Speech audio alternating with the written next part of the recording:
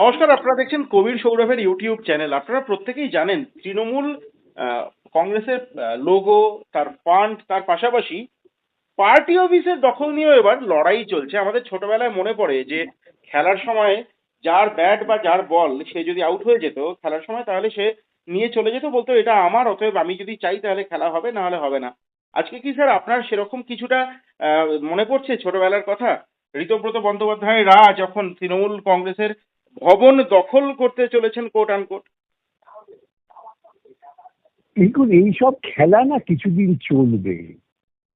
আসলে গোটা তৃণমূল দলে যে 4-5 জন বসে আছে তাদেরও বিজেপিতে যোগ দেওয়ার রাস্তাটা পরিষ্কার করতে চাপ সৃষ্টি হচ্ছে। ইতিমধ্যেই সিদ্ধান্ত হয়ে গেছে যে লেজিসলেটিভ পার্টি মেজরিটি পার্লামেন্টে এবং অ্যাসেম্বলিতে তারা মমতার সঙ্গে নেই। এখন মমতা যতই বাঁচার চেষ্টা করুন না কেন, আইনত প্রথাগতভাবে পারবেন না। এখন এ দখল করবে, ও দখল করবে, এইসব করে তৃণমূলকে ভাসিয়ে রাখা হবে। আপনার যতটা তৃণমূলের দ্বন্দ্ব নিয়ে প্রচার দেখছেন মেন স্ট্রিম মিডিয়ায়, হকার উচ্ছেদ, বস্তিবাসী উচ্ছেদ নিয়ে দেখছেন তেমন কোনো প্রচার? একেবারেই তাই, মেন স্ট্রিম মিডিয়ায় তো নেই। যেটা মূল সমস্যা, আজকে হাজার হাজার মানুষ গৃহহীন হয়ে যাচ্ছে, হাজার হাজার মানুষ জীবিকাচ্যুত হয়ে যাচ্ছে, এ নিয়ে মেন স্ট্রিম মিডিয়ার কোনো আলোচনা নেই। আমার তো চোখে পড়লো না। কিন্তু সারাক্ষণ ধরে এই তৃণমূলের কি হলো, কে ওদিকে গেল, কে এদিকে এলো, কে কাকে ডিম মারলো, কে কাকে রসগোল্লা খাওয়ালো, এই তৃণমূলকে ভাসিয়ে রাখার চেষ্টা এবং এর মধ্য দিয়ে এর আড়ালে প্রান্তিক মানুষকে গৃহচ্যুত করা, ধ্বংস করার পরিকল্পনা চলছে। স্যার, এই জায়গায় একটু আইনি দিকটা আপনার কাছ থেকে মানুষ বুঝতে চান, আমিও ব্যক্তিগতভাবে বোঝার চেষ্টা করব। তৃণমূল কংগ্রেসের চেয়ারপারসন অফিসিয়ালি মমতা বন্দ্যোপাধ্যায় ছিলেন, আমি এখন বলবো, কারণ ওয়ার্কিং কমিটি নতুন চেয়ারপারসন অরূপ রায়কে ঘোষণা করেছেন। কিন্তু তৃণমূল কংগ্রেস মমতা বন্দ্যোপাধ্যায়ের তৈরি করা দল। আবার শ্রমিক ভট্টাচার্য, জটিল অঙ্ক, তিনি বিজেপির বর্তমান রাজ্য সভাপতি, তিনি বলেছিলেন লেবার রুমে বাজপেয়ীজি না থাকলে তৃণমূল কংগ্রেসের জন্ম হতো না।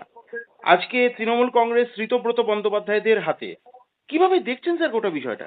এটা হয়তো জন্ম হলো লেবার রুমে, যেখানে শ্রমিক ভট্টাচার্য এবং শুভেন্দু রয়েছেন। তো নতুন কিছু না তো, এই তো একই খেলা চলছে, চলবে যতক্ষণ না সবাই গিয়ে ওই গোমাতার সন্তান হচ্ছে সরাসরি, ততক্ষণ এই চাপটা চলবে।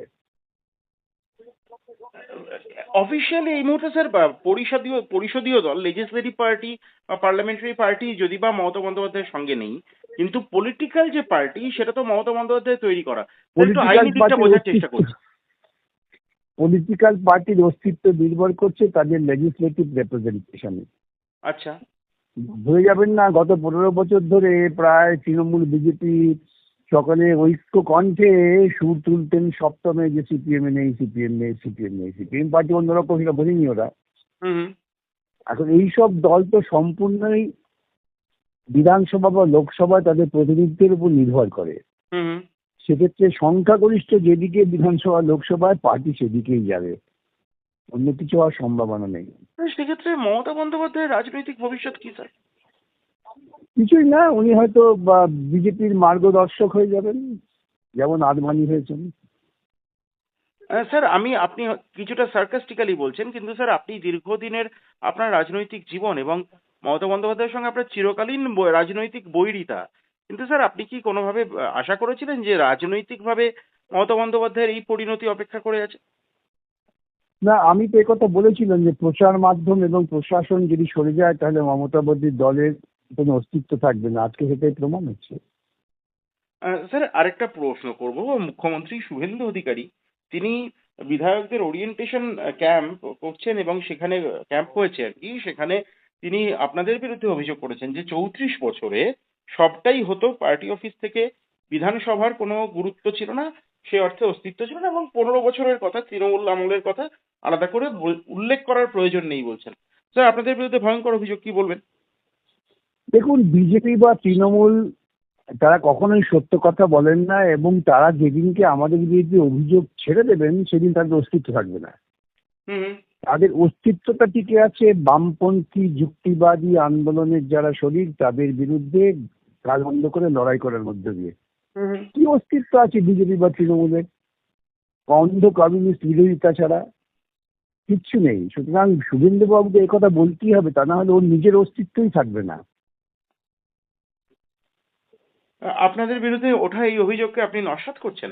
মানে এই মুহূর্তে তো এটা কোনো শুভেন্দু অধিকারী অভিযোগ? এগুলো বলছেন যে আজ পর্যন্ত তৃণমূল কংগ্রেস বিজেপি বা যে কোনো বিরোধী শক্তি তারা তথ্যভিত্তিক কোনো কথা বলেছেন? তথ্যভিত্তিক কথা। হুম হুম। বিগত 35 বছরে যে বাম আমলে যে মৌলিক কাজ হয়েছে সেই মৌলিক কাজ জন্য অন্নপূর্ণা ভান্ডার, লক্ষ্মীর ভান্ডার, শ্মশান ভান্ডার এসব করতে হয়নি। গরিব মানুষ, প্রান্তিক মানুষ আছে, তারা হাড়ে হাড়ে টের পাচ্ছেন। জান না ওই সমস্ত বস্তিবাসী মানুষের কাছে তারা কি বলছেন, তাদের কণ্ঠস্বরটা শুনতে পাবেন। গ্রামের কৃষকের কাছে যান, তার কণ্ঠস্বর শুনতে পাবেন। গুন্ডামি আর প্রশাসন দিয়ে তারা মানুষকে আতঙ্কিত করে, ভীতগ্রস্ত করে, ভয় দেখিয়ে হয় তৃণমূলে যোগদান করিয়েছেন, আজকে তৃণমূল থেকে বিজেপি যোগদান করেছেন, কিন্তু যে কয়েক মানুষ ভয় করেছেন তারা আজও লড়াই করে যাচ্ছেন এবং আজকে তার ফলটাও প্রকাশ পাচ্ছে প্রকাশ্যে।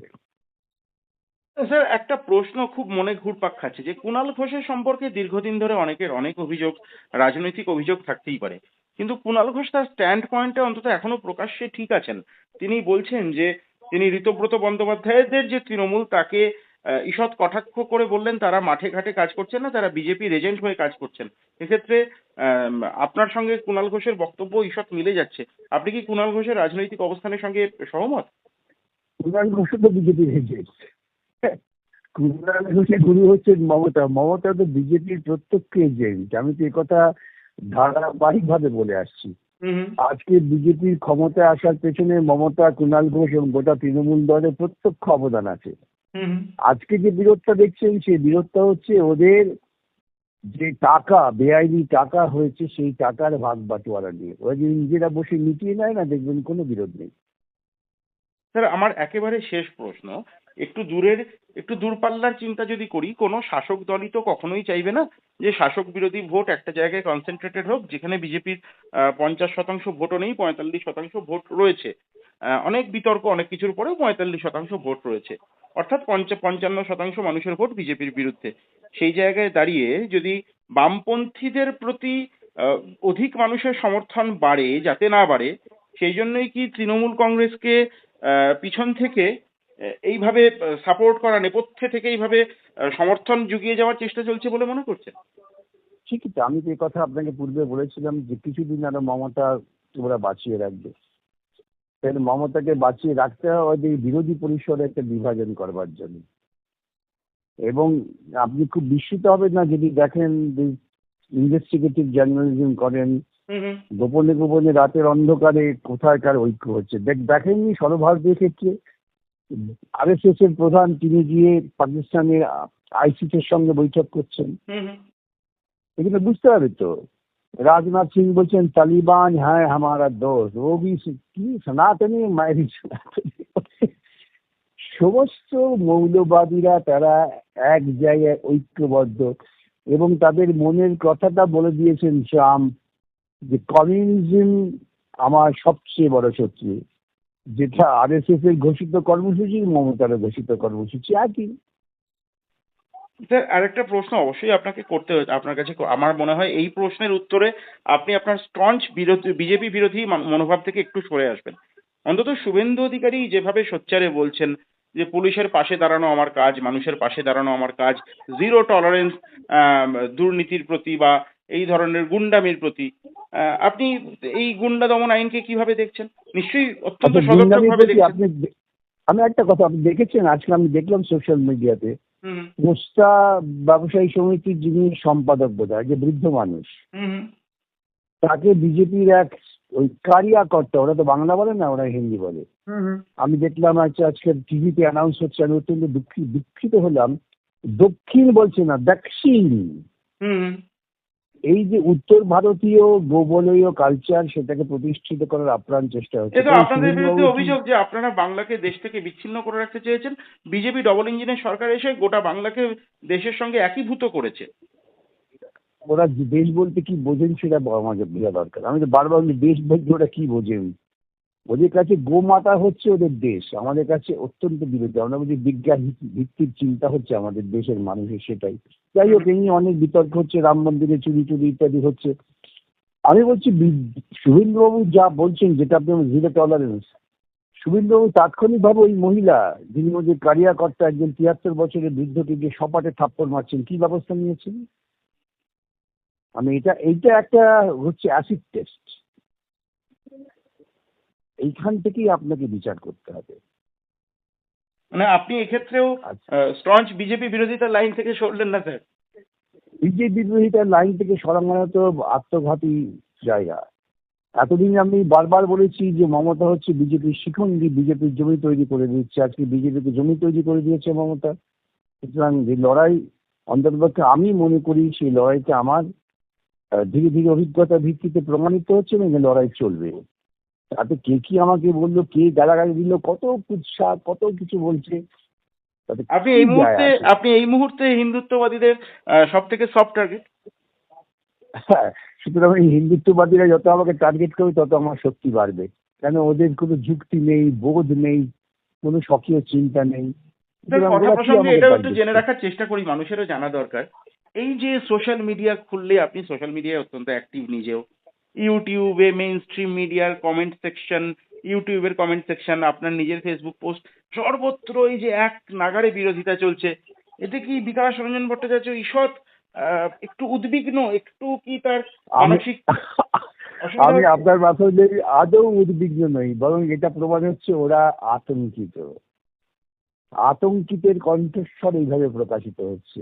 ওরা একটা বক্তব্য যুক্তিসঙ্গত ভাবে মোকাবিলা করতে পারছে না, এবং সেই জন্য ওদের আক্রমণের লক্ষ্যবস্তু বিকাশ রঞ্জন ভট্টাচার্য, যেটা আপনি বললেন।